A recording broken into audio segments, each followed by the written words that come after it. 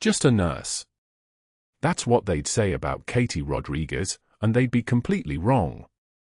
The fluorescent lights hummed their mechanical song overhead as she pushed through the ER doors at 11:11 p.m., grateful for the overnight shift that asked nothing of her past. Mercy General in Raleigh was a teaching hospital, which meant chaos and hierarchy in equal measure, which meant the kind of place where a woman could disappear into the rhythm of medicine and never have to explain where she came from. The smell of antiseptic and stale coffee hit her sinuses, familiar and numbing. She had chosen this deliberately, anonymous work, no one digging, no one asking questions that required answers she wasn't ready to give. Her scrubs were navy blue, practical, forgettable. Her shoes were white with a scuff on the left heel from a shift at the previous hospital in Charlotte. Her hands told a different story, though no one ever looked close enough. The scars across her knuckles weren't from accidents. The calluses on her palms weren't from dishwashing. They were the kind of hands that had held pressure on arterial bleeds in conditions where sterile technique was a luxury and survival was the only metric that mattered. But Mercy General didn't need to know that. Mercy General needed someone who could push a stretcher, start and fall, and keep her mouth shut. Katie Rodriguez was perfect for that job. The night shift supervisor, Marcus, handed her a stack of charts without looking up. "You're covering Trauma Bay 2 and the acute care beds. Try not to get in anyone's way, yeah." It wasn't unkind. Just institutional. Just the way things worked when you were new and therefore invisible. Katie nodded and moved toward the supply room, where she began checking inventory with the kind of methodical attention that would have made a sergeant proud. Bandage quantities, medication stocking, crash cart supplies, everything accounted for, everything ready. She worked the way she had been trained to work, expecting chaos at any moment and preparing for it the way you prepare for an ambush. Dr. Sterling didn't notice her that first night. He was too busy in the main ER, too focused on his own authority, too absorbed in the kind of power that comes from a title and a salary and the assumption that everyone around you exists to service your ego.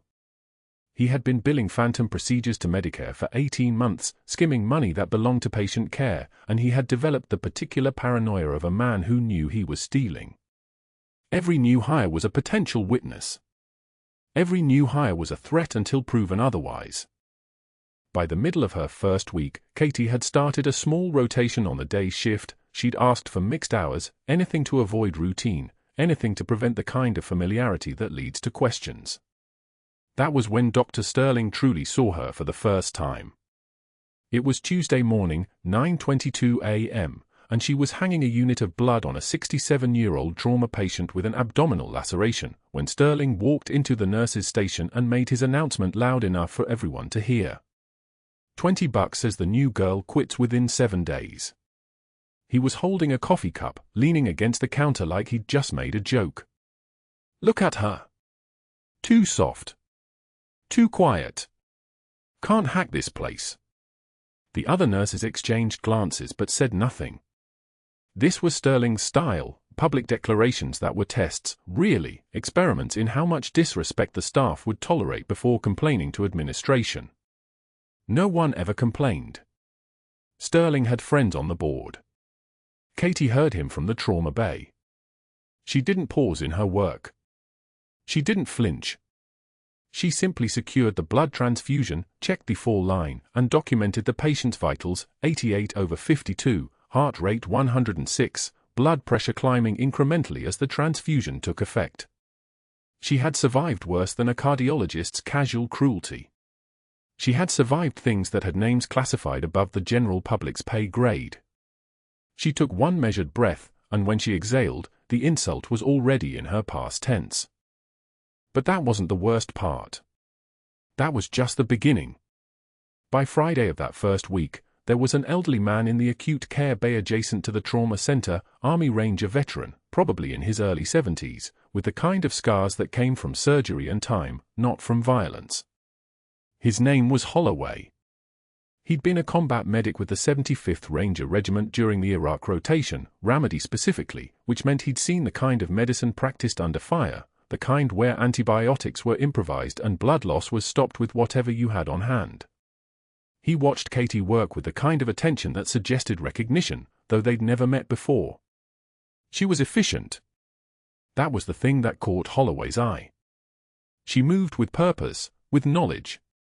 When she placed a dressing on the diabetic foot ulcer of the patient 2 beds down, her technique was precise, the kind of precision that came from training, from repetition, from having learned it somewhere that mattered.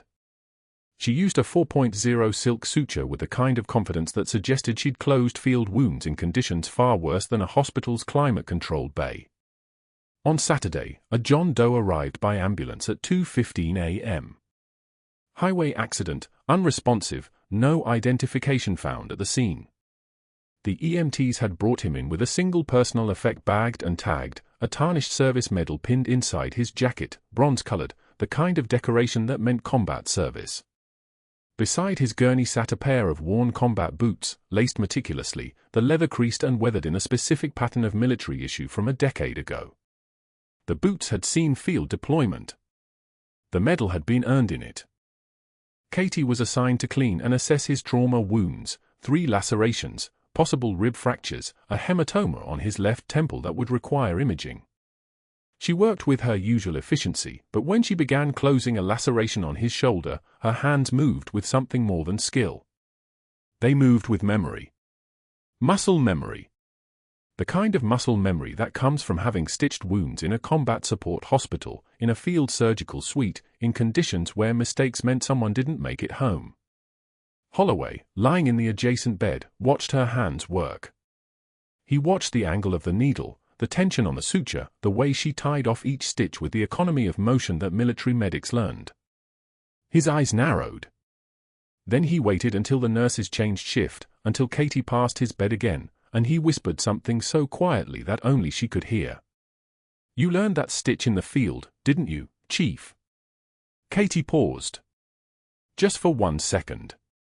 Just enough time for her hands to go completely still. She didn't turn around.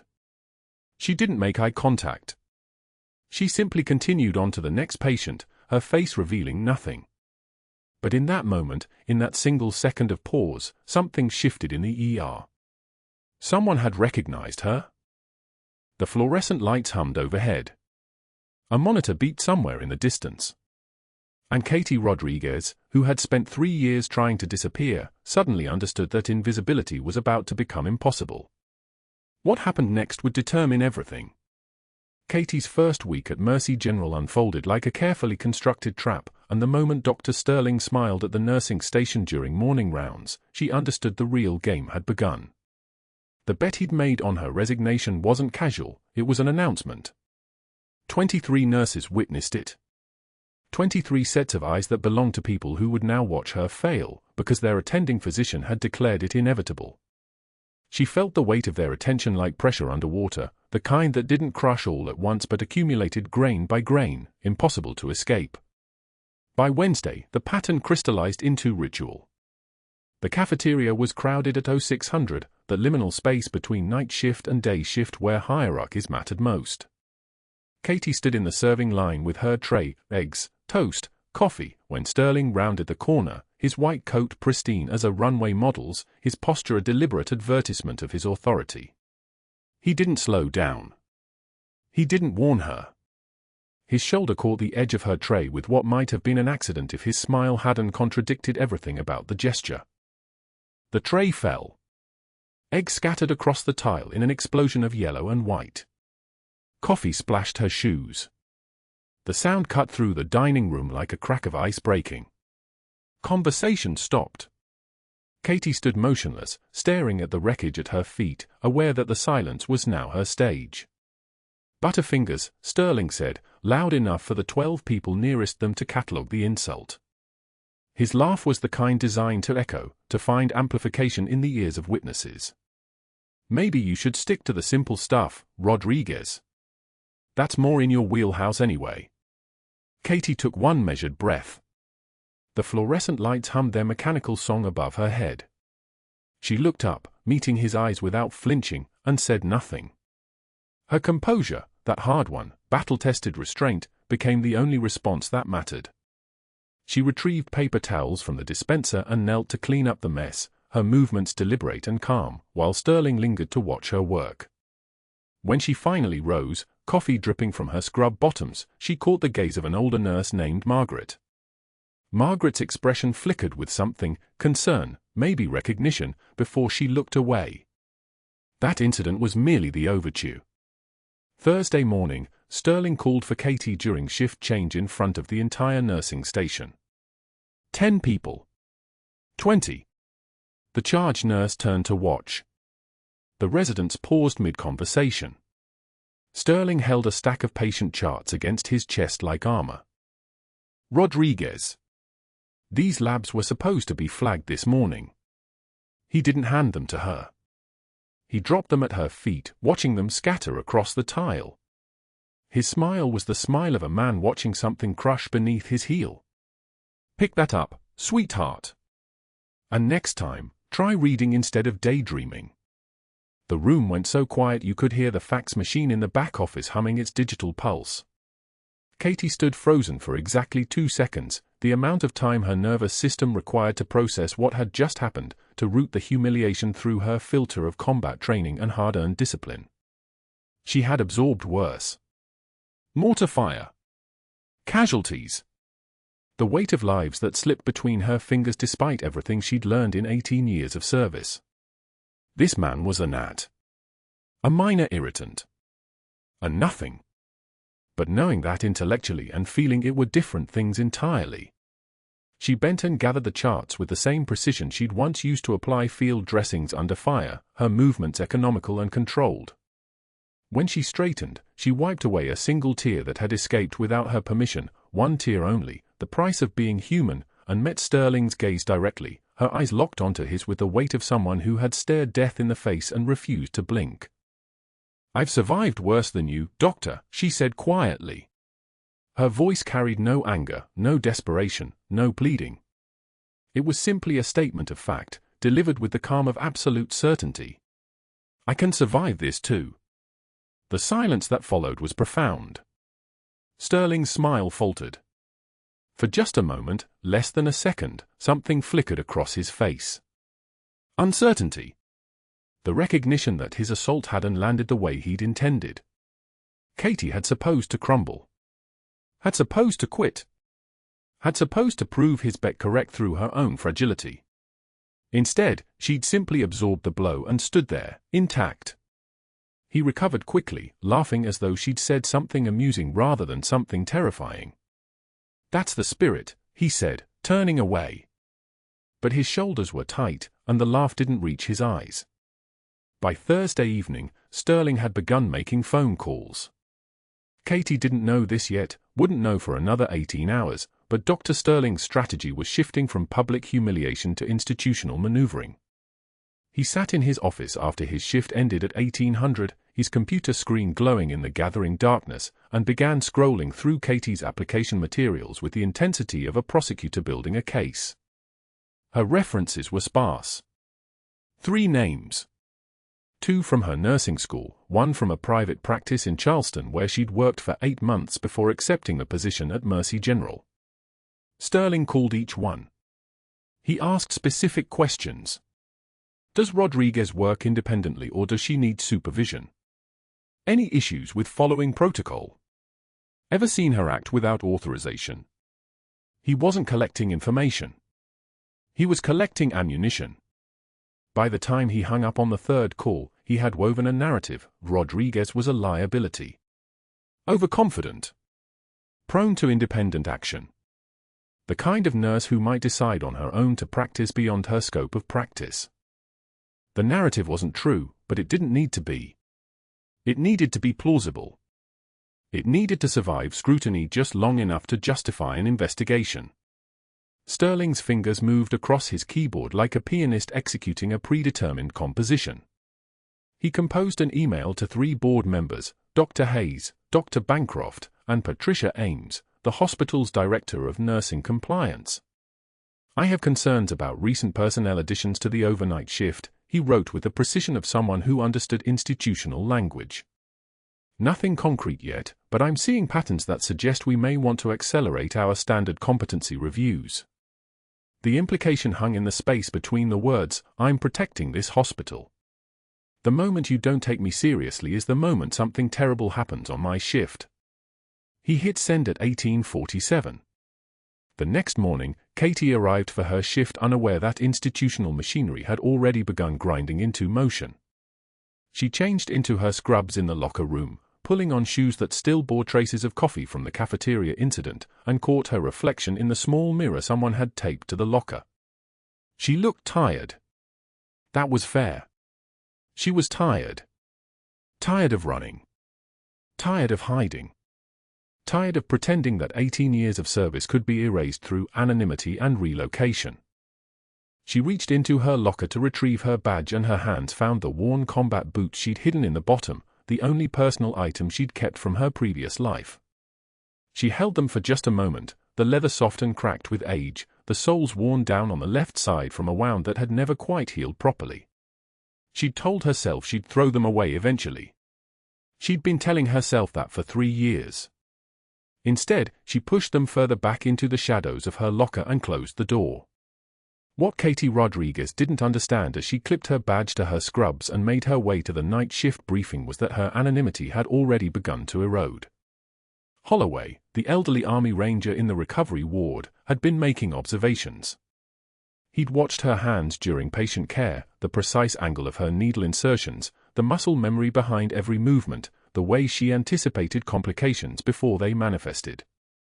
He'd heard her speak to a critical patient in 2014, her voice dropping into a cadence that belonged to someone accustomed to giving orders under fire. He knew what he was seeing. He'd learned to recognize it after 42 years of military service. By Friday evening, when Katie arrived for the overnight shift, Holloway was waiting for the right moment. He would find it soon. He would ask the question that would begin to crack the careful facade she'd constructed. And Dr. Sterling, in his office on the administrative floor, would be checking his email to see which board member had responded first. Neither of them understood yet that Katie's carefully constructed life as just another nurse was about to collide with the truth she'd been running from, and that the collision would change everything. The alarm started at 03:06 hours. Not the gentle chime of a routine alert. The shriek that meant everything was failing at once. Katie was restocking the crash cart on the third-floor corridor when the code came through, her John Doe, the one with the service medal and combat boots, the one who'd been stable 6 hours ago. Cardiac tamponade. The words came through the intercom like a sentence being read in a courtroom. Trauma Bay 2. All available. She moved before her brain fully processed the information, her feet already carrying her toward the stairwell. Around her, the night shift scattered like startled birds, residents fumbling with their pagers, a junior nurse hitting the code button, the overhead system crackling with a voice announcing the crisis in clinical monotone. The fluorescent lights above seemed to pulse faster, or maybe that was just her pulse accelerating in response to something deeper. Something that recognized the rhythm of emergency the way muscle remembers a dance it learned years ago. By the time Katie reached Trauma Bay 2, Dr. Sterling was already there, which meant everything was about to get worse. He stood over the ultrasound machine with the concentration of someone reading instructions he barely understood. The John Doe lay motionless on the stretcher, his chest rising in shallow, desperate gasps, the breathing of a man whose lungs were running out of room. Fluid was crushing his heart. Every breath he took was a negotiation with suffocation. The monitors screamed their electronic protest, oxygen saturation dropping, blood pressure collapsing, heart rate arrhythmic and wild. "Get me a pericardiocentesis kit," Sterling said, his voice higher than usual. He jabbed at the ultrasound probe like he was trying to hurt the machine. "I need to see the fluid pocket." The screen showed nothing but grey blur and Sterling's frustration. He'd never done this procedure under pressure. Katie understood that immediately, the way he held the probe, the angle of his shoulders, the tremor in his hand that he was trying to hide. He was a billing doctor, not a trauma doctor. He knew how to code procedures that never happened. He didn't know how to save lives when they were actually happening. The patient's oxygen saturation dropped to 68. The monitor's alarm became a shriek. "I said I need that kit," Sterling snapped, his voice cracking on the last word. Katie was already moving. She'd been holding the pericardiocentesis tray since the moment she entered the room, habit, or something deeper than habit.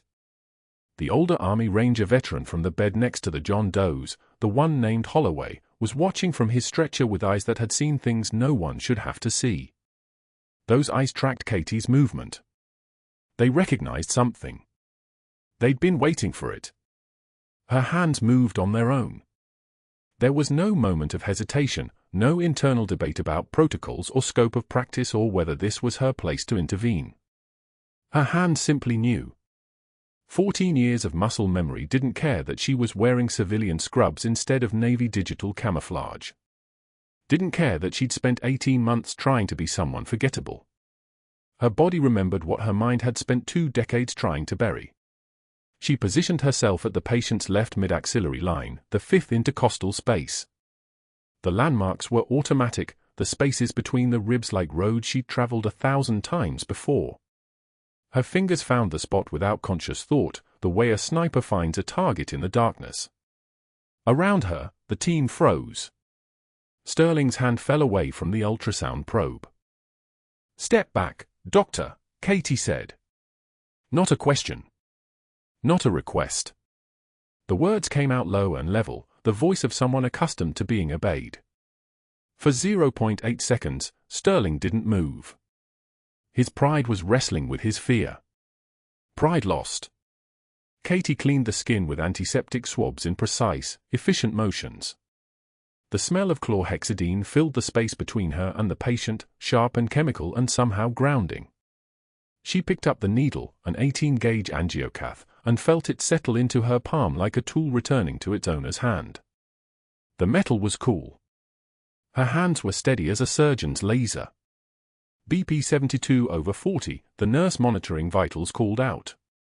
SATS at 66. "We're losing him."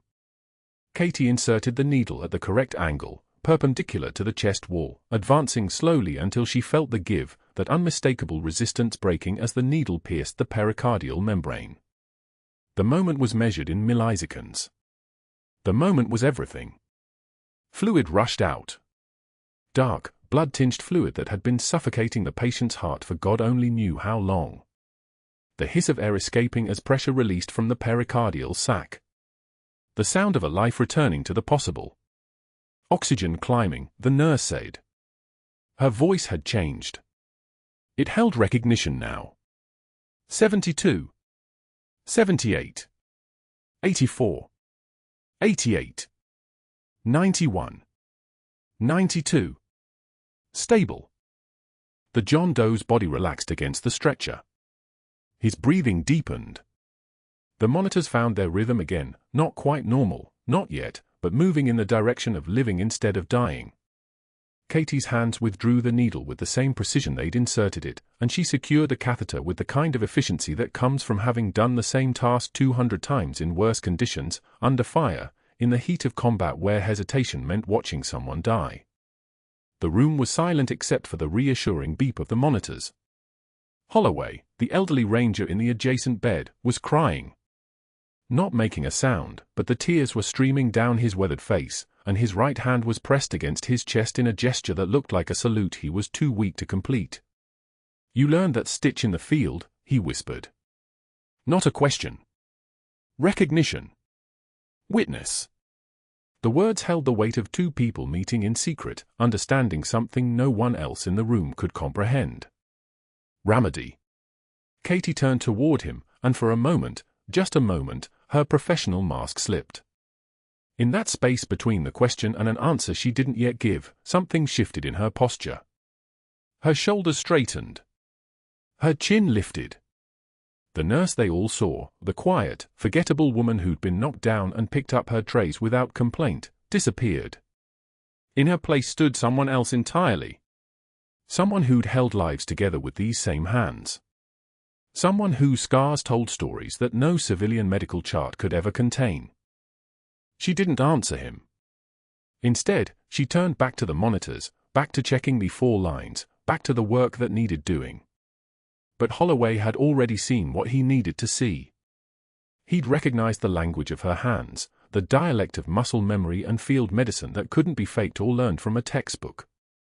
Around them, the trauma team was moving again, stabilizing the John Doe, ordering a CT scan, making calls to cardiothoracic surgery. Dr. Sterling stood frozen in the corner, his hand still outstretched toward the ultrasound machine he no longer needed. He was watching Katie with an expression that might have been confusion or might have been the first awareness that something in his carefully constructed hierarchy had just shifted.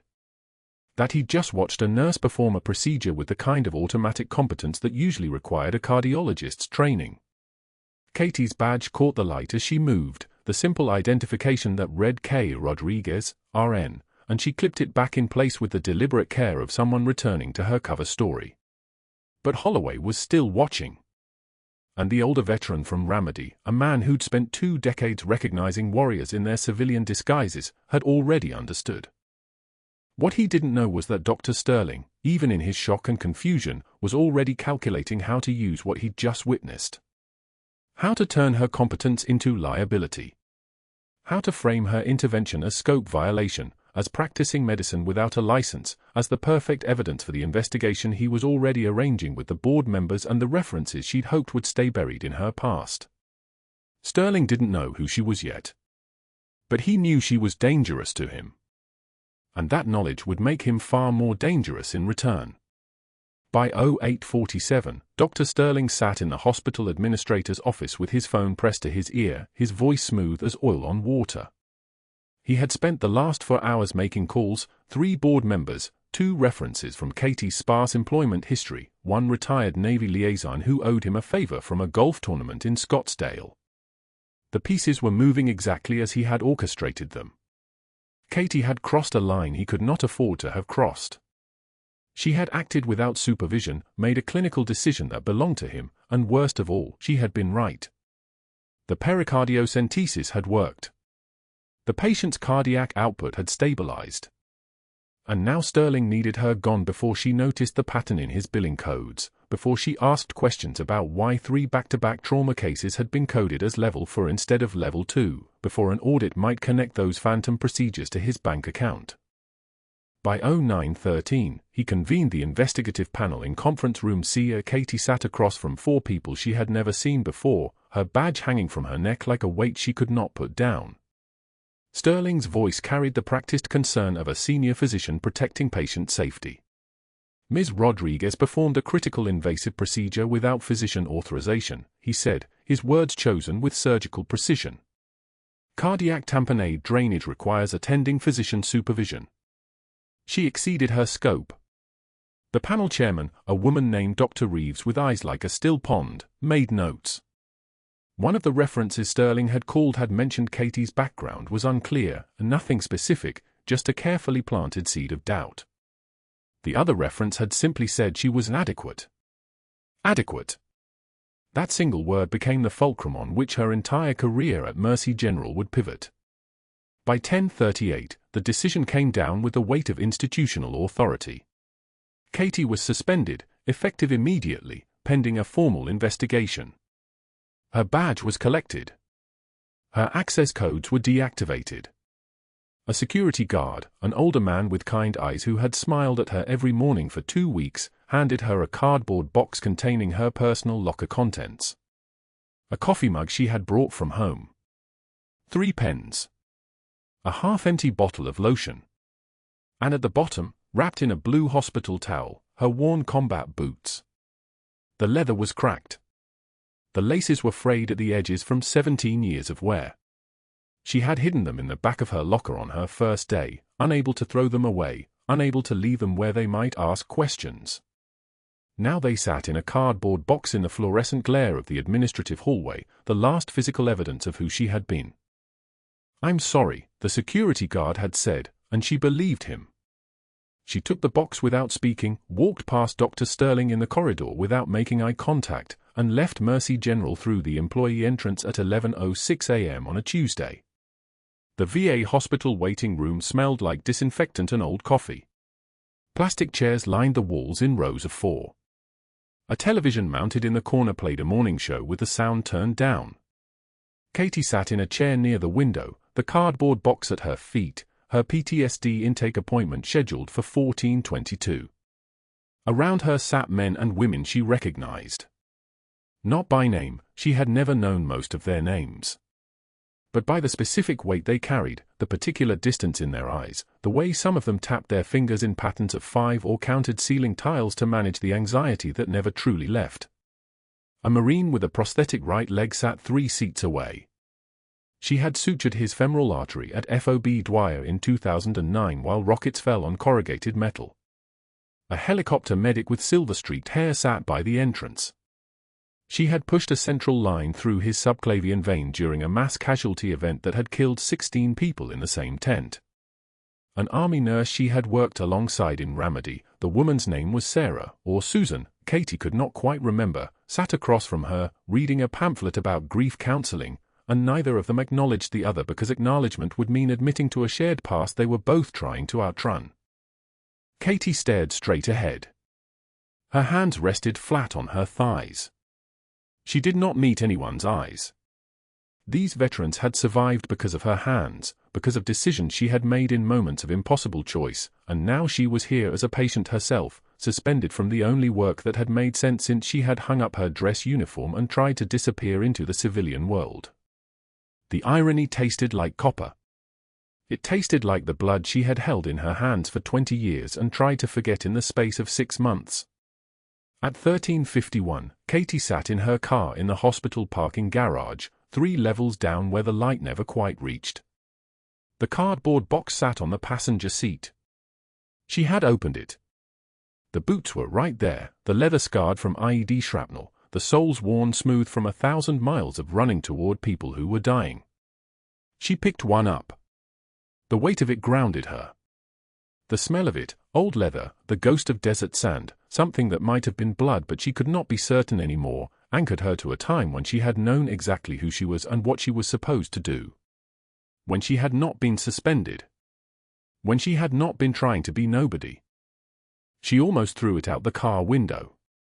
Almost let it drop into the darkness of the parking garage, watched it fall, and drove away from it forever. Her hand actually moved toward the window. Her fingers tightened on the leather. And then she stopped. She sat in the silence of her Subaru with the boot held against her chest, her breathing shallow, her heart rate climbing in the way it always did when she was about to make a decision that would change everything. 20 years. She had given 20 years of her life. She had earned a senior chief petty officer rank through skills that made her dangerous and essential. She had buried her own call sign and her own history and her own identity under 18 months of anonymity at a hospital run by a doctor who was a thief and a coward. What had she been doing? Running from a part of herself that was not supposed to be run from. Running from the people she had saved, like an ingrate. Running from the skills that had carved her hands into instruments of healing. Running from the medal that had been pinned inside a jacket with a man who had needed her so badly he could not even speak her name. The parallel parking garage around her was still. The fluorescent lights buzzed their mechanical prayer. And somewhere in the distance, Katie heard something that made her pause. A sound like thunder, but rhythmic. Like the world's heartbeat. Like something mechanical and urgent moving through the sky toward her? She set the boot back in the box with the other one, closed the flaps, and waited. The sound grew louder. Rotor blades. Not one aircraft. Multiple. The emergency frequency on her old phone, the Pentagon direct line she had kept in the bottom of her duffel bag for years, the one that still worked because the military never let go of their tools, would have already been buzzing with encrypted traffic. Confirmation codes. Unit designations. Coordinates that led to this hospital parking garage in Raleigh, North Carolina, where a nurse named Katie Rodriguez was sitting in a Subaru with a box containing her past. The helicopters were coming. She just did not know it yet. At 14:38, the doors of Mercy General's administrative corridor burst inward. 3 people in Navy dress uniforms moved with the precision of operators, their shoes echoing against linoleum like a countdown.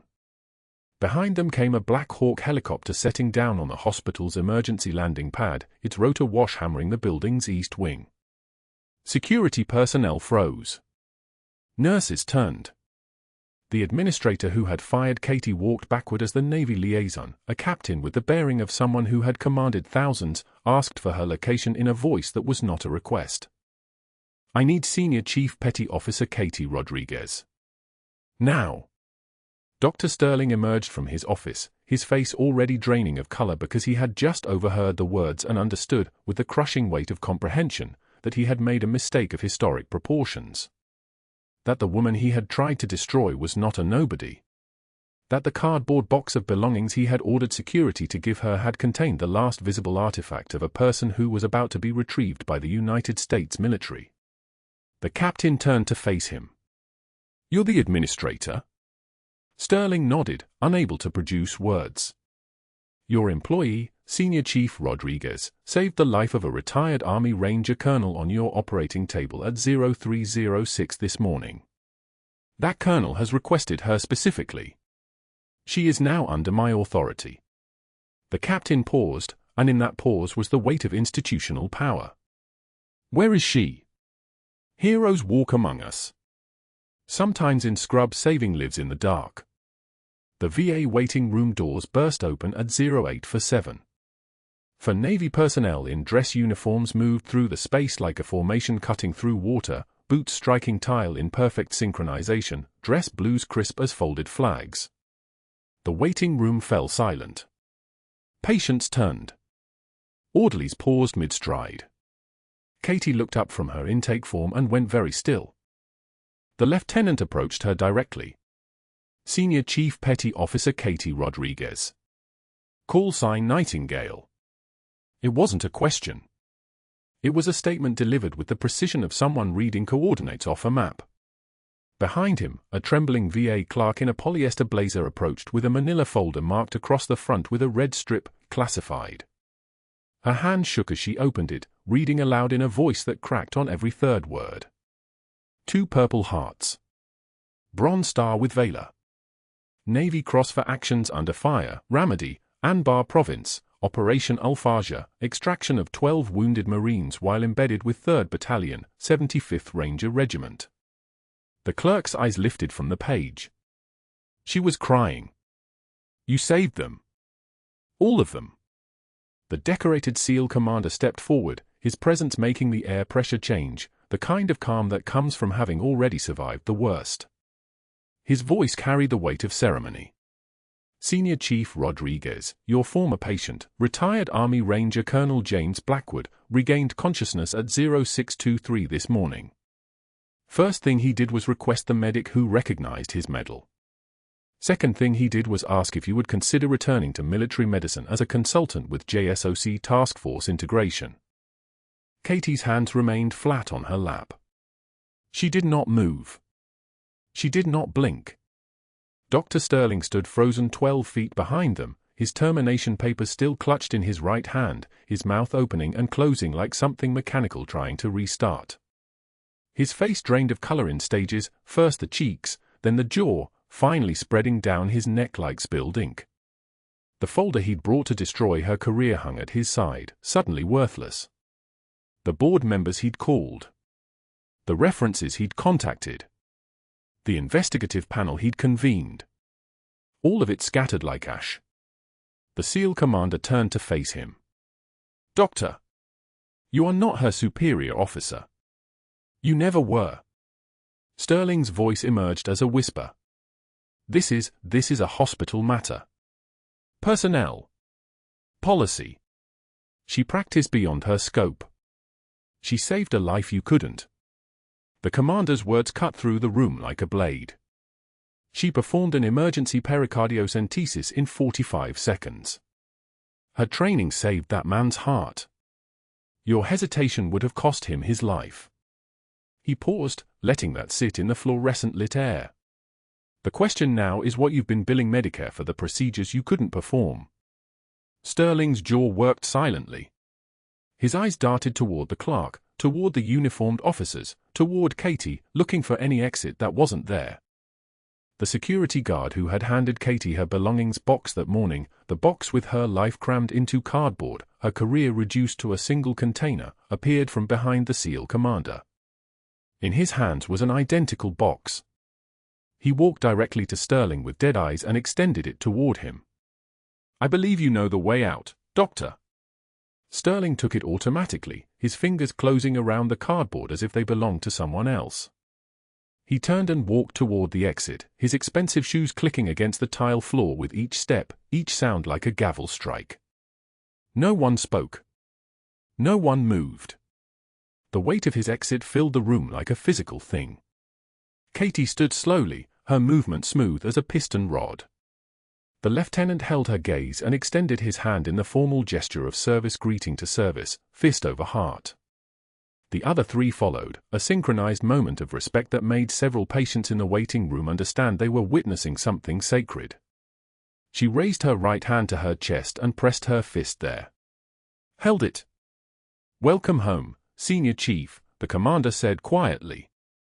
48 hours later, Dr. Sterling was spotted at a community college in Tucson mopping floors in a strip mall urgent care center. The name tag read Steve. He flinched when anyone called him doctor. His license was revoked pending federal investigation. The Medicare fraud investigation concluded with 17 counts of felony billing fraud. 3 board members resigned. 2 others faced criminal charges for knowing oversight of his kickback arrangement. The settlement reached $2.4 million, money that would fund the new VA trauma wing at Mercy General, the one with Katie's name on the operational protocols. Katie stood in her dress blue uniform for the first time in 3 years, the fabric fitting her shoulders like muscle memory itself. The service dress hung perfect, no wrinkles, no hesitation. The uniform transformed her. Not because it made her someone new, but because it made her visible as who she'd always been. The gold insignia on her collar caught the light. Senior Chief Petty Officer. The rank stared back from every reflective surface like proof that identities don't vanish just because you stop wearing them. In her left hand, she held the Army Ranger Colonel's Service Medal. The metal was warm from being pressed between her fingers. He'd insisted she keep it before the Navy commander escorted her out of the VA hospital. "You recognized what I was when I had no name," Blackwood had said, his voice rough with gratitude and something that sounded like recognition. "That makes it yours." The Medal of Honor ceremonies usually last 2 hours. Katie's took 17 minutes. The hospital board announced the trauma wing renovation. The new protocols for medical decision-making in emergencies, protocols written by her, approved by federal oversight. Patient autonomy elevated. Nursing expertise integrated into critical decision hierarchies. The hospital's official statement cited systemic failures in institutional respect for professional medical judgment. The board chair offered her the position of Director of Trauma. Corner office. For figures. Speaking engagements. Recognition. Everything the kid who'd left the Navy in a car at 0300 with PTSD nightmares had run from. Katie declined. Instead, she clocked in at Mercy General at 2100 that evening. The overnight shift supervisor did a double take when she appeared on the schedule. "I thought you were." "I'm back," Katie said simply. She tied her scrubs, not the pristine blues she'd just removed, but the soft gray ones that didn't announce anything to anyone. The stethoscope went around her neck. The badge clipped to her pocket. Starting with Trauma Bay 3. "Who's the admission?" The supervisor handed her the chart with something like reverence. Katie scanned it and moved toward the patient room, muscle memory and current decision already merged into single motion. On the way past the nursing station, one of her colleagues, the one who'd watched Sterling throw charts, looked up from her computer. She didn't speak. Instead, she stood. Then the next nurse stood. Then the resident. By the time Katie reached Trauma Bay 3, every staff member in line of sight was standing in silence. She didn't acknowledge it. She didn't need to. The patient in Bay 3 was a 24-year-old Marine with shrapnel wound to the left anterior chest, stable vitals but compromised breath sounds. Katie read the numbers, BP 118/76, O2 sat 94 on room air, heart rate 88, and felt the old precision click into place like a magazine sliding home. "Let me see the ultrasound," she said to the resident. We need to rule out pneumothorax before we move him to imaging. The resident handed over the probe. Katie positioned it with the economical grace of someone who'd done this thousands of times in conditions far worse than a sterile bay. Her hands didn't tremble. They didn't ask permission. They simply knew. The breath sounds cleared on the fourth intercostal space. No pneumothorax. No tamponade. The Marine's eyes tracked her face as she worked, and something in his expression shifted when he registered her callousness, not coldness, but the specific precision of someone who'd been trained to save lives in the margins where seconds mattered. "You're military," he said. It wasn't a question. "Was," Katie said, adjusting the monitor. "Now I'm just the person keeping you breathing until surgery." "No," the Marine said quietly. "You're not just anything." The commander from the VA had left his number with the hospital administration. 23 hours later, her phone rang during her break. She was sitting in the parking lot, boots on the hood of her car, looking at the stars the way she used to when she was trying to remember what home felt like. "Senior Chief," the commander's voice came through crisp as encrypted radio. "The colonel wanted me to tell you something. He said you looked at his medal and you saw the man underneath. Most people see the decoration. You saw the cost. That's why he requested you specifically." Katie didn't respond immediately. The silence stretched comfortable between them, military silence, the kind that doesn't need filling. "There's a new unit forming," the commander continued. "Combat Medic Consultancy. Direct to JSOC. Retroactive rank restored. Full clearance reactivation. You can do both, run the VA clinic during the day, consult on tactical medicine at night. Field medical doctrine development. Training doctrine. Your voice in every briefing room where decisions get made about how we keep people alive in impossible conditions." "I walked away," Katie said. Her voice was steady as a surgical laser. "I needed to stop." "You didn't stop," the commander said. "You changed uniforms. That's different. That's not running. That's choosing a fight you can sustain." He paused. The trembling wasn't fear. It was restraint. "You restrained yourself for 3 years because you thought you had to. But some identities aren't meant to be buried. They're meant to be reclaimed." Katie looked down at her hands. The scars were there if you knew where to look, thin white lines between the knuckles, a faint ridge across her left palm from a blade wire in Kandahar, a tattoo on her right wrist that read Semper Fidelis in script so small only people who'd served would see it. "I'll think about it," she said. "Take your time, Senior Chief. We're patient. You've earned that." The line went quiet. Katie remained on her car hood, looking at the stars above Raleigh, North Carolina, the same stars that hung over Ramadi and Kandahar and forward operating bases with names that still lived in her hands. Her combat boots sat next to her on the hood, the leather creased and worn from 18 years of terrain most people would never walk. She'd carried them everywhere since that first day at Mercy General. Not as a burden. As a promise. The door to the break room opened and Holloway, the elderly Army Ranger from the next bed, the one who'd whispered "You learned that stitch in the field, didn't you, Chief?"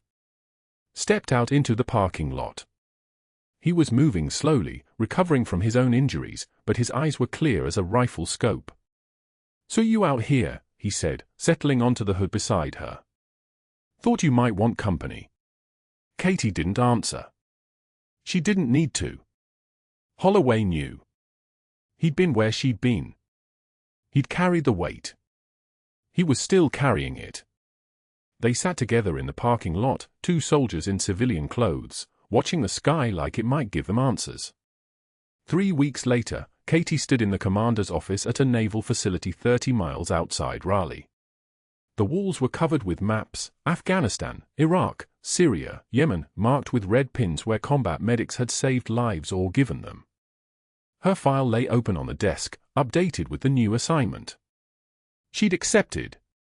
Senior Chief Petty Officer Katie Rodriguez, dual assignment, Director of Mercy General Trauma and Combat Medicine Consultant, JSOC Task Force Integration. The truth was simpler than all of that. Heroes walk among us. Sometimes in scrub, saving lives in the dark. If you've made it this far, you already know who the real heroes are. They don't wait for recognition. They just keep showing up. Subscribe now to see what happens when a quiet nurse becomes a legendary soldier again. Comment below, would you have taken the offer or stayed just a nurse? Like this video and hit the notification bell for more stories of hidden strength revealed.